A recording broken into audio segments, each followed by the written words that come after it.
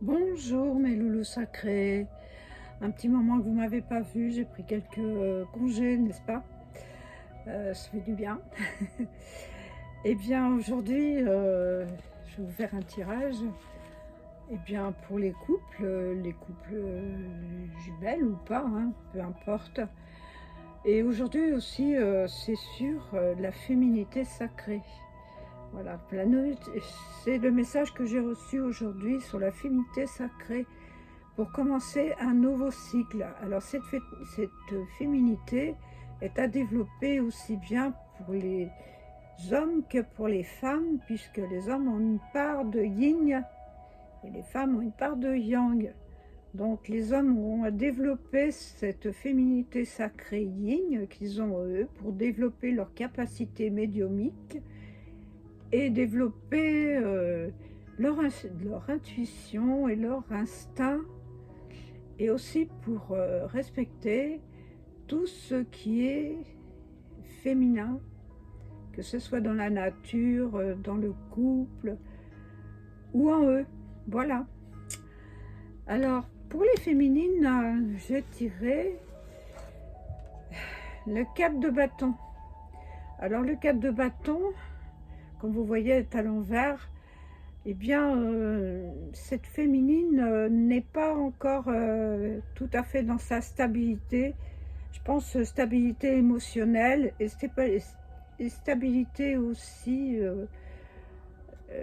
de vie, de regard sur elle, de changement. Cette période de changement est en Verseau. Et donc le Verseau, il développe de nouvelles choses. Il développe beaucoup de nouvelles possibilités. Et forcément, ça déstabilise. La deuxième carte pour la féminine, eh bien, c'est la reine d'épée. Et on voit que la reine d'épée, eh bien, elle est posée. Et surtout, c'est que la reine d'épée, eh bien, c'est l'air. Donc, elle réfléchit, elle pense, j'espère, plus avec son cœur qu'avec son mental. Parce que c'est plus important de réfléchir avec son cœur, avec son âme. Et en même temps, cette féminine, comme vous pouvez le voir, elle est sur un ballon et eh bien elle s'élève. Donc elle a des pensées qui élèvent son âme. Elle a des pensées qui sont positives et avec un regard plus circonspect sur les informations qu'elle reçoit. Elle essaye de les clarifier et de voir beaucoup plus loin que ce qu'elle peut voir dans l'ici et maintenant. Essayer de voir un regard vers l'avenir, plus posé, plus réfléchi, et chercher des actes à comprendre avec ce 4 de bâton qui a besoin, qui est stable. Donc elle recherche cette stabilité en elle, qui est en ce moment un petit peu déboussolante, parce que les énergies ne sont pas stables du tout. On a l'habitude, maintenant c'est tout le temps, n'est-ce pas? Et la troisième carte, eh bien, c'est le cavalier de coupe. Et on voit donc avec la reine d'épée, qui est très, très dans ce regard, en fait elles vont comme ça. Donc elle a un regard sur ce cavalier de coupe.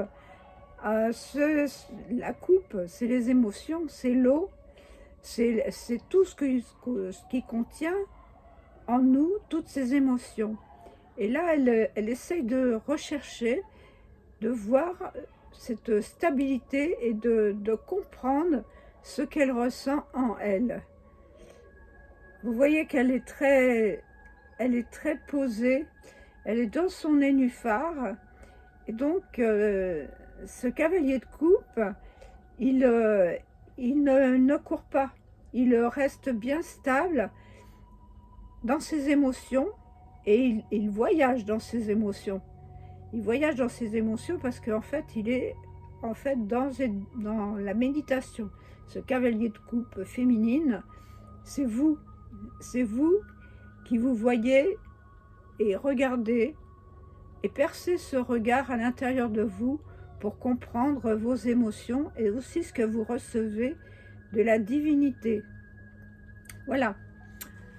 Nous allons passer au masculin. Alors le masculin, énergie yang, alors lui c'est le 7 de bâton.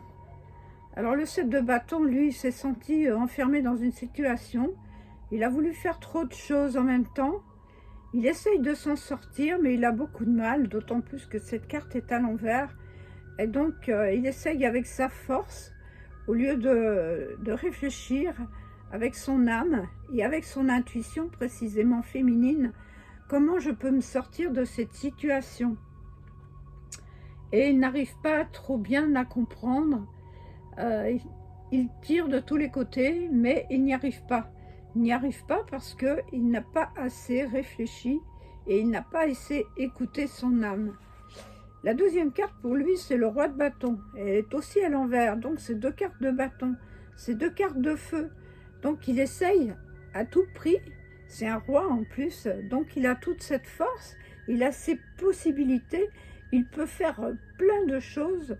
Le bâton étant le feu, c'est vraiment le yang qui s'exprime dans toute sa force. Mais cette force, elle est mal canalisée parce qu'elle n'est pas justement en regard avec son âme. Il essaye trop avec sa force et son intuition. Et pourtant, le bâton, c'est quand même le voyage intérieur, c'est quand même la force du voyage intérieur. Et la troisième carte, eh bien, c'est l'as de denier.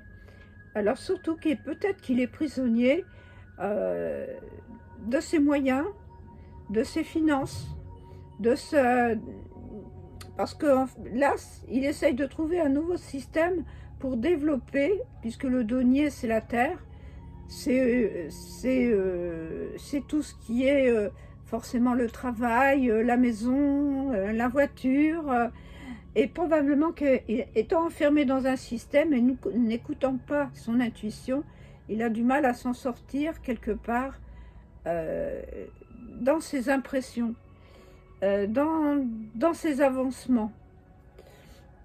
Et nous allons regarder maintenant avec le lien. Donc l'équilibre yin-yang, eh bien nous avons le jugement. Et le jugement est à l'envers, ce qui précise qu'effectivement, le jugement, c'est le regard sur le monde, c'est le regard sur la société, c'est le regard sur toutes les choses de la vie. Et là, dans ce jugement, eh bien, on ne reçoit pas la guidance qu'on devrait recevoir, puisque le jugement devrait être comme ça, et vous avez cette femme avec cette trompette qui souffle les messages qui ne sont pas trop compris, puisque cette carte est à l'envers. La deuxième carte, eh bien, c'est le roi de denier. Alors, quand je vous parlais de féminité sacrée, le roi de denier, qui normalement est un roi, et là, c'est un roi, et c'est pas la reine, c'est vraiment le roi. Donc, le roi, là, il développe, par rapport, justement, au jugement, il développe son intuition pour pouvoir développer dans la matière, pour pouvoir gagner de l'argent, pour pouvoir avoir un regard sur la matière beaucoup plus important. Mais avec le 8 d'épée, on se trouve encore dans cet enfermement, dans ces souffrances, dans cette non-compréhension. On n'arrive pas à comprendre et on n'arrive pas à recevoir tous ces messages qui sont très embrouillés parce que les énergies sont très fortes et que ça fait un mélange artistique entre toutes ces réceptions de messages qui arrivent les unes derrière les autres et dont on n'arrive pas toujours à comprendre exactement ce dont il est question. Et c'est bien dommage parce que on doit essayer de décortiquer petit à petit chaque message qui nous arrive et qui nous donne notre façon de faire, notre façon de voir, de changer les choses et d'avancer malgré tout, malgré les difficultés qu'on nous met dans les pattes. En dos de deck, nous avions bien l'étoile. Référons-nous à notre étoile. Alors notre étoile aussi, faire attention parce qu'elle peut nous aussi nous entraîner dans les illusions. Mais on a deux cartes majeures magnifiques, puisque la deuxième carte tout de suite derrière, eh bien c'est le monde. Et dans le monde, nous avons toutes les possibilités parce que nous sommes dans les 4 directions, dans les 4 éléments, eau, terre, feu, air, et à la fois dans le christique et dans la force que nous avons en nous. Et on va chercher des solutions dans ce monde, dans le monde actuel où nous sommes. Voilà mes chers amis.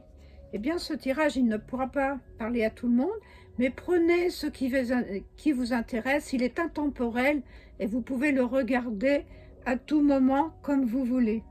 Eh bien prenez soin de vous et je vous aime et à tout bientôt.